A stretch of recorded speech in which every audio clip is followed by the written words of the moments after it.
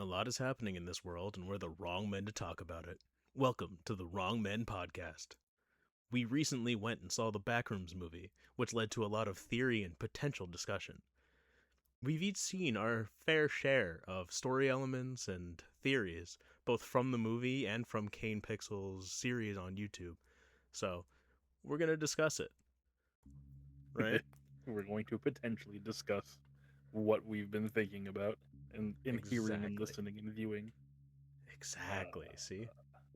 This is like an incomplete thing because I have not watched Kane's interview with Wendigoon, where I know he goes into a lot of stuff. Oh, okay. So I guess if anyone's listening, they have to bear that in mind. I have not seen that. The only thing I know from that is that the car from the one video that falls through the road is not the same car that's in found footage too. I know that. Oh, okay. The Have you story watched? starts with Ivan Beck. It does start with Ivan Beck. I know there's theories as to why things happen with him. One thing I've heard is that he witnesses an overflow event, an expansion event, and so he gets a glimpse of the complex, and that is what leads him to. And then he forgot his memory, but that's what leads him to get interested in the back rooms and trying to figure out what they are and all that. And that all happened in 1972, I believe. Sure. From what I had heard, maybe like one of us is maybe right. Uh, from what I heard, he was working at an electrical company, and he was doing some kind of, I have it written down. He was doing a test run for a model fusion reactor when a solar storm happened, which caused him to be able to see into the back rooms. And so he started trying to figure out how to get in there, and then that's when he joined up with Async, Fuck and the rest world. is history, I guess. He decided to fuck the world. Not intentionally, I don't think. But Maybe not. I I mean, don't for the sake there are a lot of scientists who, for the sake of science, will do crazy things. I know Kane referred to Ivan as both the protagonist and the antagonist of the story. Yeah. So I think he's trying to recreate or rediscover the back rooms for, I mean, obviously it's his own personal gain, right? He really wants to know what the fuck these things are. Mm-hmm. But he is he's willing to just be like, and there's gonna be casualties, and fuck those people, who cares? Yeah. Fair enough. I mean, not fair enough, but fair enough. We saw what happened with Peter Tench, right? Where Yeah. he goes out with his group on actually on a leap year. Some people say it was March 2nd, but if you look at the dates of the footage, it was February 29th Okay. of 1989. And then he hears some noises down a hallway. He goes down to check it out, goes back, or he turns around to tell the rest of the team, because everyone that goes through the complex that is part of Async can only go in groups of 3 or more. So he turns around to tell the rest of his team, hey, I heard something. And he sees a big flash, and then his team is gone. He's like, what the hell happened? And he wanders back to the threshold, is what they call it, the barrier between the back rooms and the real world. And that's when he finds out that he's actually been in there for 3 months, because they found him on May 8th. But for him, it's only been like an hour or two. And since he was gone for so long, presumably Ivan Beck, it was presumably his call. They made the call to act as if he was dead. They informed his family, his wife and his children, that he had died. Well, that was before he came back, though. Yeah. So what I mean by like he's willing to just be like, sweep some people under the rug, is that they told his wife and family that he's dead. Then he comes back, and they're like, oh, shit. We have to try to find a way to fix this. and they just really dragged their asses on that. What I do know about his story is that he ends up going back inside, and then he ends like, I guess like a team goes in and he ends up like attacking them and taking their firearm and then like heading back into the async facility. Yeah, so And then he's found dead outside. Yep, and what's funny is that the first researcher in async to see an entity, which I think is the entity, the one that attacks Kane, presumably, in the first found footage. The bacteria. Yeah. The first researcher to see that, his name was Marvin. And when Peter grabs the gun from the research team and is like threatening them, Peter recognizes Marvin, and the two of them are just having a normal conversation. And then the guy that his name is Mike, the guy that Peter ends up shooting, he's the one who he calls back to Standard, and he's like, "There's a hostile here. He has a gun. We're gonna need armed backup." That's what leads to Peter shooting him. And then we don't know what happens to Peter after that. He gets topside and then disappears.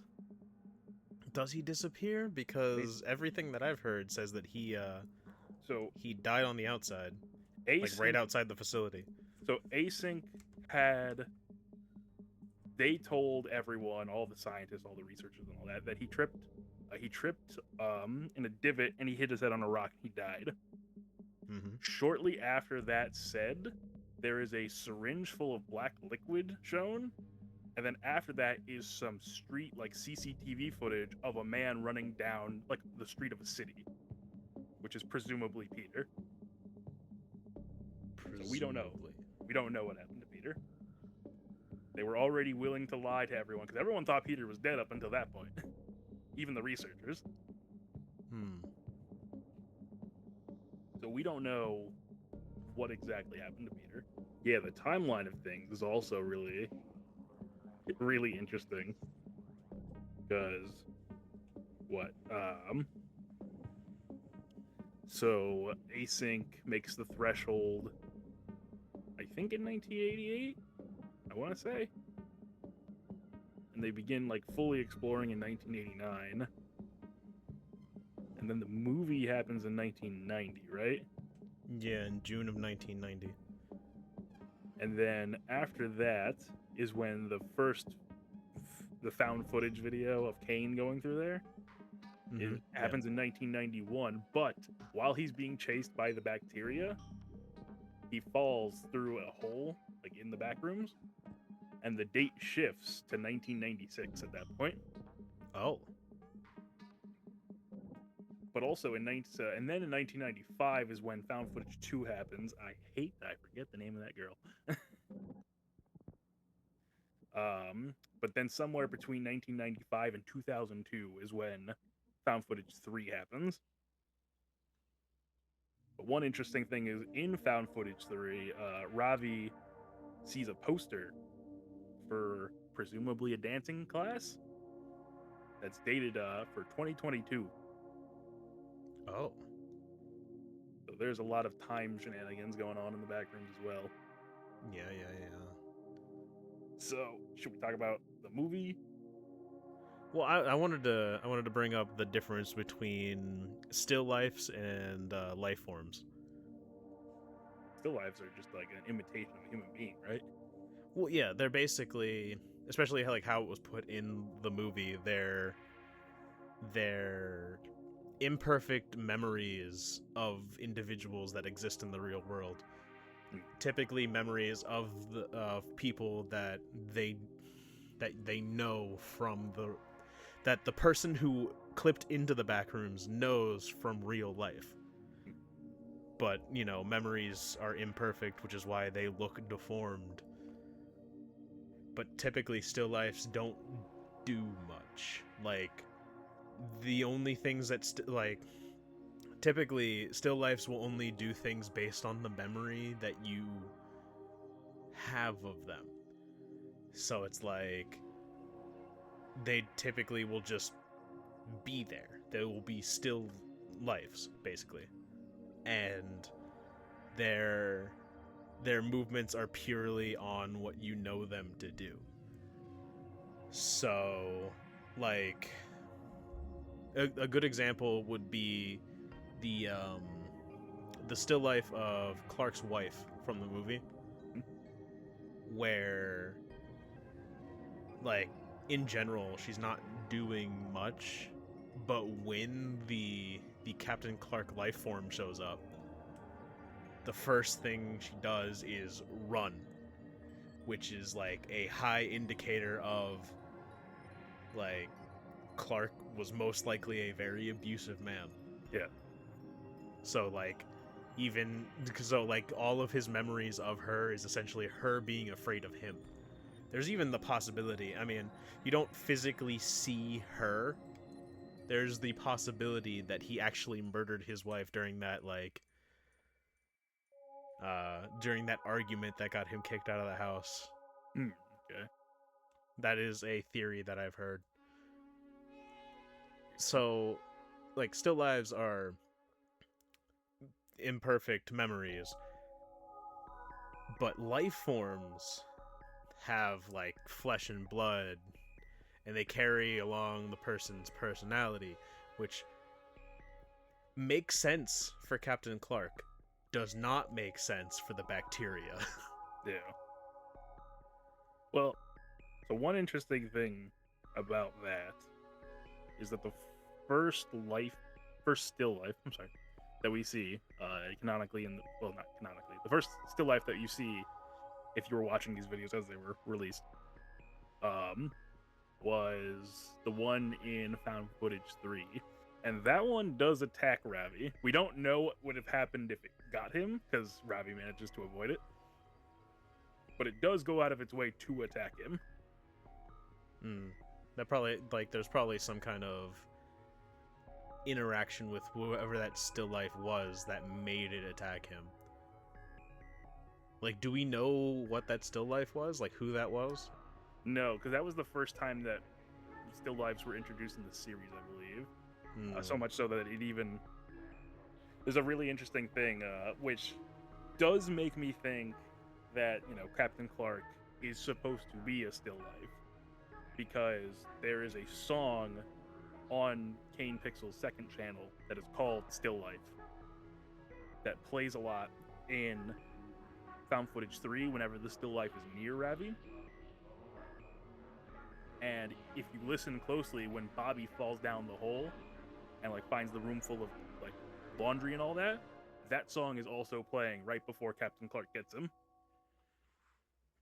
Okay. I mean, so when you look at the casting, he is actually listed as a life form. That's interesting.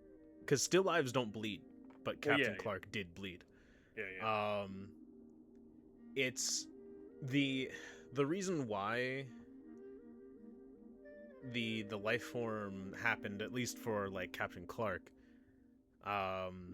is that since the null zone was in his store, and, like, we know that, like, Async made MRI machines. You could take that as a lie if you want, but it kind of solidifies the idea that the Backrooms is just a massive MRI machine that constantly is scanning things around their null zone and things within the Backrooms, and it's just constantly distorting everything around it. And when you think about the fact that Clark has been living in his store for who knows how long, that means that he, along with his store, has been scanned by the Backrooms so much that it has created a life form out of Captain Clark that shares his personality, I don't know if it shares the blood, obviously, because that'd be weird, but it's just like Go ahead. Well, one theory I saw was that since most people probably don't stay in the Backrooms for very long, and also still lives are made from memories, that's why it's like still lives are all imperfect. But the fact that the Backrooms was affecting the furniture store, and the fact that Clark was presumably in there for quite a while. We don't know exactly how long, especially after Bobby and Kat go in with him. We don't know how long he was in there for. the Backrooms was like it got a more complete scan of him than it could for most people. And so like this was like Captain Clark is kind of like the natural evolutionary step of a still life. Okay. I mean, Like because it's not just a memory of somebody, it's somebody that's living in the back rooms or near it enough that it can constantly scan them. I think it's more of a not to cut you off, but I'm for sure cutting you off, I guess, right? But I believe it's more of like a mental stability thing where like people can go into the back rooms and not have a life form be made of them. Obviously, like they could spend a lot of time in there if they're like mentally sound. Then because Clark for sure wasn't. Oh yeah. Also, Captain Clark appears before Clark ever enters the back rooms. Well, yeah, I know that too. So, Well, I'm saying since his store was connected to it, obviously, because there's a moment, one moment I didn't realize I had to watch somebody else's video, is that during the commercial, you can see the lights flicker in a way that people think that that was one of the initial scan of him happening. That would make sense, especially when he finds that room with the throne and the shoes. Yeah. I must say we're kind of agreeing on maybe this is like the natural evolution of like if it can get it's because it's not just a normal still life, obviously. Like I think at the end when they were dissecting him, spoilers. I should probably put the spoiler warning before this. I mean, yeah. By the end when they were dissecting Captain Clark, you can see that he has like a brain and organs. Yeah, because he is at that point a life form, a living thing. But yeah, like I said, he's beyond a still life at that point. But I think I can't help but feel like he was originally a still life, and like this is just what happens. I mean, he may have been when he was the very first time he was scanned, he became a still life, and then he just constantly kept getting scanned until eventually he turned into a life form. It was because the Backrooms is all about scanning things. Well, the Backrooms is all about mimicking our world as to the best of its ability. The issue is just that its ability is really bad. Yup. But maybe Clark and who knows, even with Asen, because Asen goes in there quite a bit. Although they're always wearing the yellow jackets, I wonder if that has something to do with it. I'm pretty sure that does. Yeah, I'm sure the hazmat suits prevent the back rooms from properly scanning them in the first place. So because Clark had been connected to it for so long, it was like, I can finally start to fine tune what I think a human being would be. And it ends up being a 7.5 foot tall fucking scary bitch. Monster, man. My only complaint with the movie is I wish the actual backroom segments were longer. I didn't get watch Found Footage 3, because that is what I expected a Backrooms movie to be, because that is just, it's 45 minutes of a man going through doors and hallways and rooms and houses in ways that just don't make sense, and by the end of it you can just see he's like, I'm done, this is where I'm gonna die. I mean, that's honestly what I expected it to be too. I wasn't expecting so much like actual story for like an individual outside of the Backrooms. I expected it to take place like at least 90% in the Backrooms. Obviously not the case, but even so, it did do its job as a horror movie. Yeah, especially with that Christmas room. The Christmas room where it's like, man, I may rather just go out there and get killed by Captain Clark, because what the fuck is this room? Like, I'm sure you remember when we were watching the movie and he ends up in the Christmas room, I'm like, oh wow, this is not better. Yeah, no, it was much worse. It was like, God damn, leave this room. When he goes up, and now we know it was the man in the wheelchair, but when he goes up and he sees that thing move, and he just goes, "What are you?" And I was like, "What are you? That's fucking scary." That was before I knew what a still life was. I was just like, this thing is fucking scary. What the fuck? Oh boy. Yeah, no, it had its moments where it was absolutely horrifying. And yeah, like the beginning part too. It's funny because I think on a pure like suspense basis, I actually kind of think the beginning part was scarier than that particular scene, that particular sequence, I should say. That should say as a whole, because I think like individually, the Christmas tree room is very, very disturbing. Yeah. When you said the beginning, are you talking about the async employee? Yeah. Okay. Nareem or whatever his name was. Don't even remember. And we only know it because Clark looked at his badge later. That was to me a lot more like, this is dreadful because like where the fuck is the monster gonna be?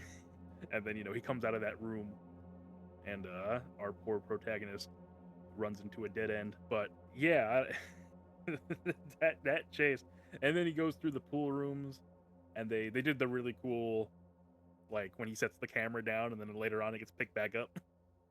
Yeah, That was a cool reveal, I guess. It's like, damn. No, that was very interesting.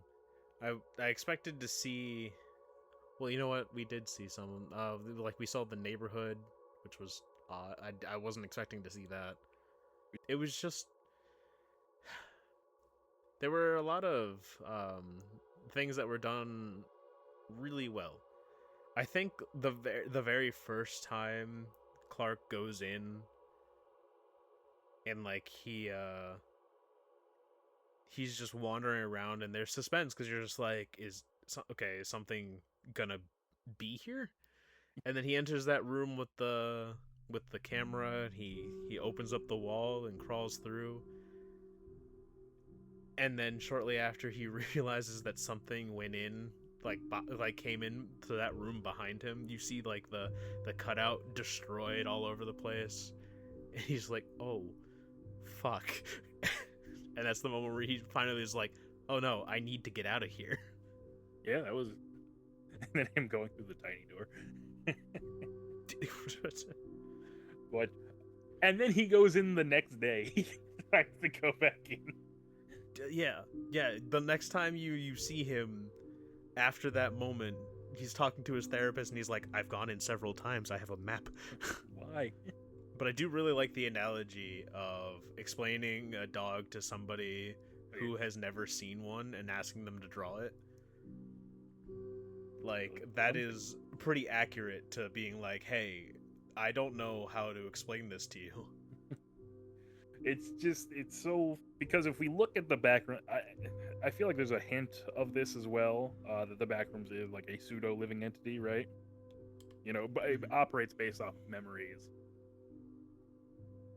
But it's like it's still trying to recreate things, which makes me think that it might. There's the chance that it's like a living entity or something along those lines. It's a living MRI, and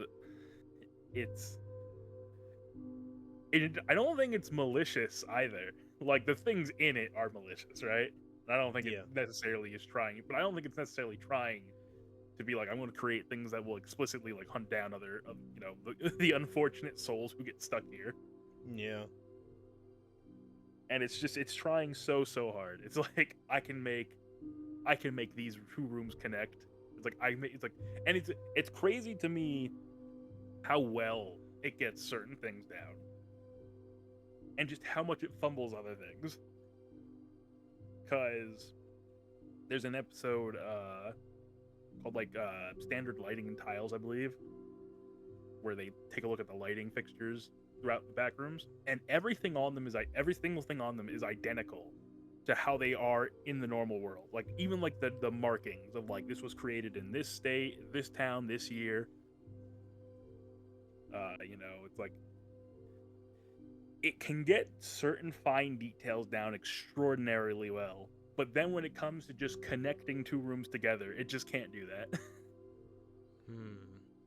It's like, oh, I've replicated this house, okay, and it's like the living room and the bedroom, normally connected by a pair of stairs and a hallway. It's like in the Backrooms, it's like it's connected by 15 flights of stairs, a slide. You have to crawl up through an attic-like thing, pass by 2 dance studios, and bam, there's the bedroom. I almost feel like it's taking multiple scans and combining them together. Because, like, again, if we treat it like it's an MRI machine that's just constantly doing scanning, when it comes to individual items, because they're not constantly moving and stuff like that, and, it can get proper scans of those items, they can get the finer details.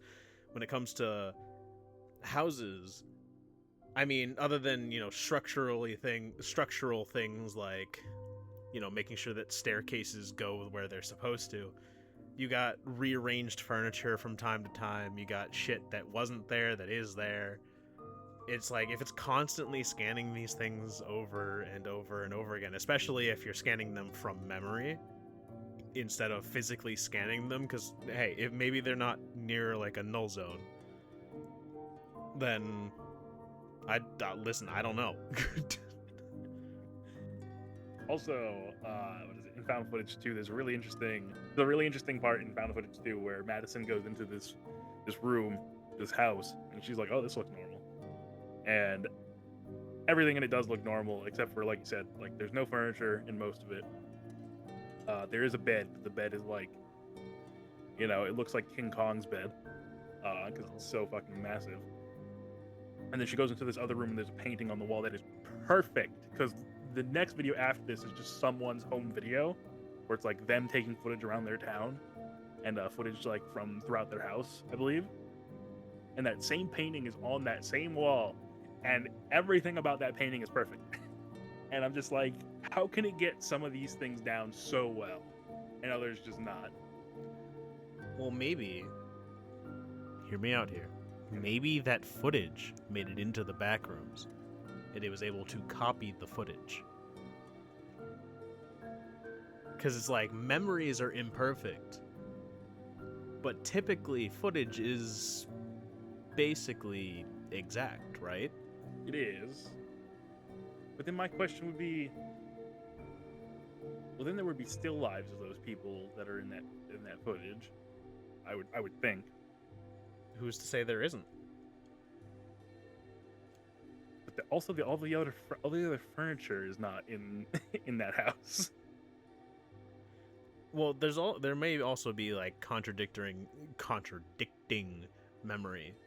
Like maybe somebody has memory of that house, and so like maybe they remember the paintings there, but so like that stays, but then all the furniture is like, oh, I've seen it without furniture, I've seen it with furniture, I've seen it with only half of the furniture, I've seen it with just people doing acrobatics all over the place. I don't know. It's rough because the footage that shows that, we don't have any concrete like who. So there's 2 theories as to that. One is, like I said, in Madison, right before she goes into that room, she sees a car that's crashed onto the wall and someone crawled out of that and died. So there's the theory that footage belonged to that guy, or the footage belonged to that guy, but the room was created based off of his memory because he died there. Or that the footage is actually Ivan Beck's, and it had something to do with the painting. I can't remember what, but the painting was like one of the main reasons. Someone was like, "Oh, this could be Ivan Beck's hometown." It's all like speculating on this is just rough because we can't. You and I can't say anything for certain, right? No, we cannot. Other than the things we've seen. Exactly. One other interesting thing that happens in found footage 2 is what we believe is called an expansion event, which is what it sounds like. The Backrooms expanding itself um, based off of whatever parameters it needs to expand itself. Because if you've ever seen it, the way that ends is Madison is being chased by the bacteria, presumably, I believe, bacteria. And she runs into a room. Well, while she's running away from it, she keeps seeing rooms that are glowing green off in the distance. Like every time she turns, she sees another room that's like glowing green. And then eventually she runs into a dead end and she's hiding there and she's like praying, like hoping it doesn't find her. And then like what looks like fire just starts like consuming the walls around her, like the rooms have been struck by lightning, by green lightning, and just like fire's arcing down the walls, and she starts freaking the hell out. And that's when her camera goes dead. Oh. And the only other time that is seen, I think. Oh wait, no, it's twice. There's 2 other times where we see the green light. One is a video called Overflow, where you just see the green light and the fire, and it starts consuming a wall. I think it's consuming a wall. I can't. But like you see a piece of paper signed by Ivan Beck with the year 1972 on it. And the other time is right before Marvin falls down the hole where he meets the bacteria for the first time. Another researcher opens a door, and his like entire body is bathed in green light. I'm wondering. So I'm theorizing, I should say, that these expansion events are because the Backrooms is getting more and more scans constantly, and is eventually reaching a point where it's like, I no longer have space to put these scans, so I'm going to expand to create more space so that I can put what I'm scanning in there. Possible, right? Yeah, it's the only thing I can think of as to why it would need to do an expansion event on some, like, when it's considered seemingly infinite to begin with. Is it? One of my thoughts is that it might be converting the yellow, because there's the yellow hallways, because we see a lot of the yellow hallways in like Async's little area of the back rooms, and when Kane gets sucked down there, we see, and obviously when Clark goes down there for the first time, we see a lot of the yellow hallways. When Ravi goes down there, presumably around 1995, the yellow hallways are still there, but there's not as many of them. It's a lot different spaces. So I'm wondering if the expansion events are it going, okay, now I can expand beyond just my original form, which was the yellow hallways, that just like, a lot of them led to nowhere. And now it's like becoming seemingly more and more realistic, like more like our actual world, right? Because that is its whole goal, is that it's trying to become more like, as far as we know, that's its whole goal. Is that it's trying to become like a mock-up of our reality, like within itself. It could also be. Oh, go ahead. No, I was just gonna say, because like the yellow hallways, like very, very few of them in found footage part 3. Yeah, because I'm thinking it could also be that could be around the time frame, because the whole yellow walls and all that is supposed to be like similar to like an office building. And so that could be like the time frame when there were less and less offices built like that. Where there were just like, there were less yellow walls. And so as time goes on, it's just the walls are becoming more and more like you would find in any other building. America decided yellow walls are out. Yeah, exactly. Fuck these walls. They make me depressed. I think yellow does. I can't wait until someone enters the back rooms in 2026 and all the walls are graffitied and there's fucking gay pride flags everywhere and there's gay pride on one side and then there's gonna be MAGA written on the other, and making this very topical. I'm just saying, it's gonna if we're gonna modernize, it's got to be all the extremes in one.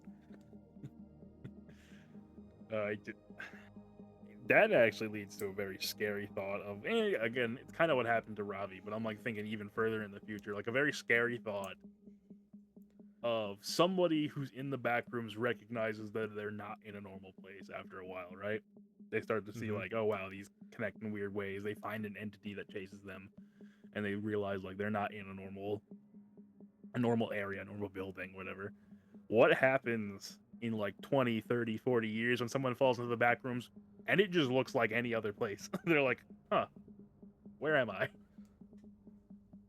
Like Yeah, you enter the backrooms and it just looks like you're in a normal city, and you're like, huh, right, and it's just an how do I empty get city. home from here? But that, when it gets to that level where it's just like, oh wow, I'm in like take a page out of SCP, right? I'm in the infinite IKEA, in an IKEA that just never ends. I mean, that was pretty much what the backrooms looked like in the movie, at least in the beginning, where there was just furniture everywhere. Funny enough, the infinite IKEA predates the original Backrooms post. Oh, really? The infinite IKEA was first published on the SCP Wiki in 2017. I do believe the original Backrooms post was from 2018. You know, there's the whole thing with like, obviously Clark. You know, Mary got incredibly lucky that she was near a threshold, right? A Mm-hmm. null zone that Async knew about because the people and Clark too, because Clark walked by that caveman that where the camera was, so they saw him. So Async knew that there were people in there at that point in time. But then you have the things like Kane and like Madison and like presumably Robbie, where did the fuck did they get dropped, right?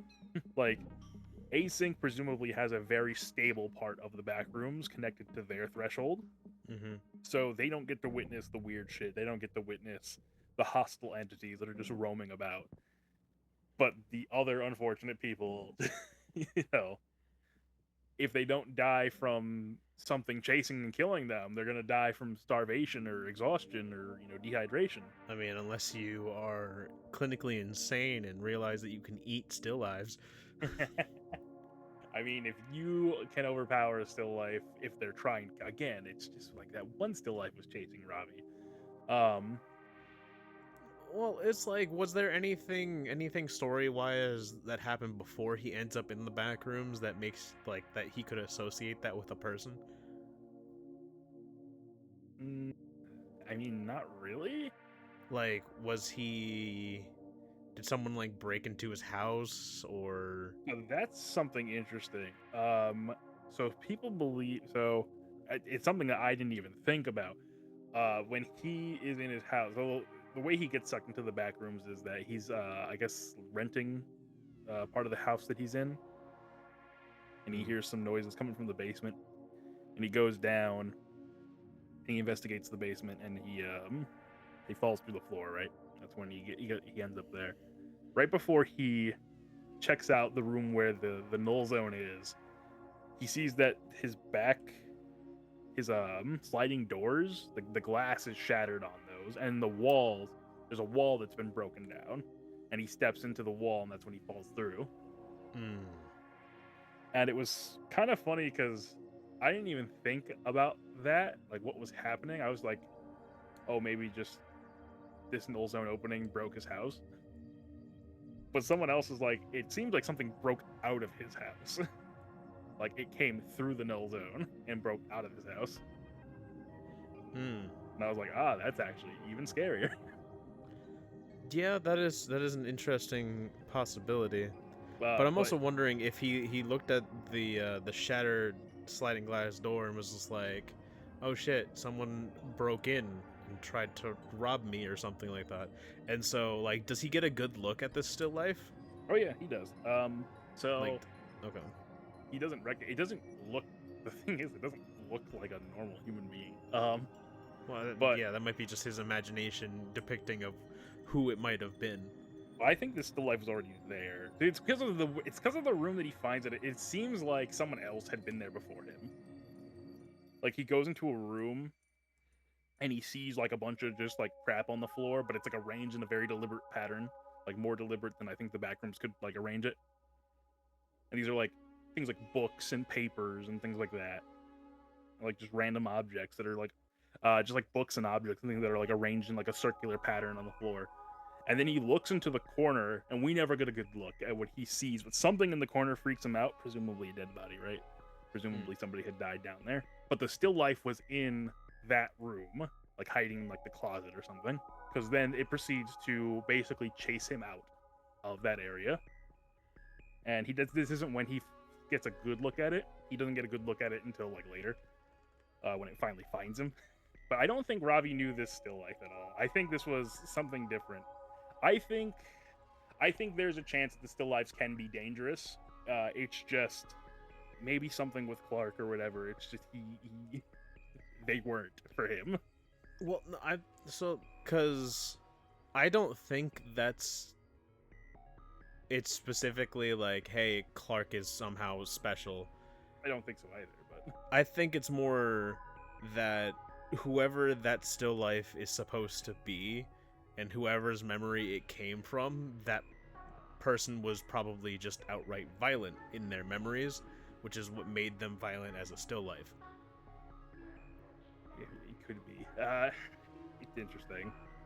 I know Kane uses a lot of depictions of cavemen whenever he talks about, or whenever he references still lives. Like a thing where it's like they understand like a facsimile of what society and things are supposed to work, but they don't because they're also just like not real or not alive. And maybe this one was just territorial, like it had been there for a long time, and it, because this is after the movie, so we don't know how much the Backrooms had advanced at that point in terms of creating things. So, if Captain Clark was, one of the first of its kind of being a more advanced form of entity that the Backrooms created, then maybe like the still lives have evolved by that point.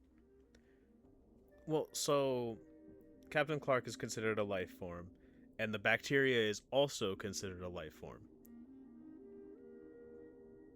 So it makes you wonder, is Captain Clark just an evolution of a still life? Because if that is the case, that should also apply to the bacteria then too. It might. Bacteria is kind of like a fungus, which is really weird. Yeah. Because like they find a dude's body, and it looks like just fungus spreading from him, but obviously it's whatever the hell the bacteria is made of. The bacteria that the bacteria is made of.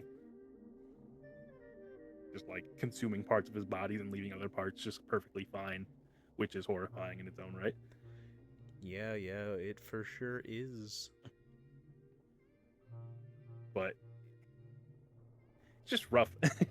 Without knowing the answers, these things are just rough. Yeah, I mean, weird. It's like you want to know more, but it's like there's just so much that you can't possibly know. There's like one thing with the still life that chases Ravi where, again, it's kind of hard to see, but it looks like it doesn't have it looks like it's missing part of its face and part of its foot. Missing part of its face and its foot? It looks weird. It's very hard to see because the camera footage is blurry, because obviously Ravi sees it and starts running away. How big is it? It's about the size of a person. Okay. Because if it was bigger, like, 7 feet tall. Well, yeah, if it was like the other, then it could just be Captain Clark. No. It could have been. Yeah. No. This one was very. By that point, different. He would have already been dissected. Yeah, because this one. Well, I mean, you'll see it when you watch this, but it's like he walks back into the room. He's been walking around. He walks back into the room that he's been going through, and he looks to his right. And at first, it looks like it's crawling on all fours like it's a monkey. And then when it sees him, that's when it stands up and starts sprinting after him. Ooh, no thanks. Yeah, it's like really creepy when it happens.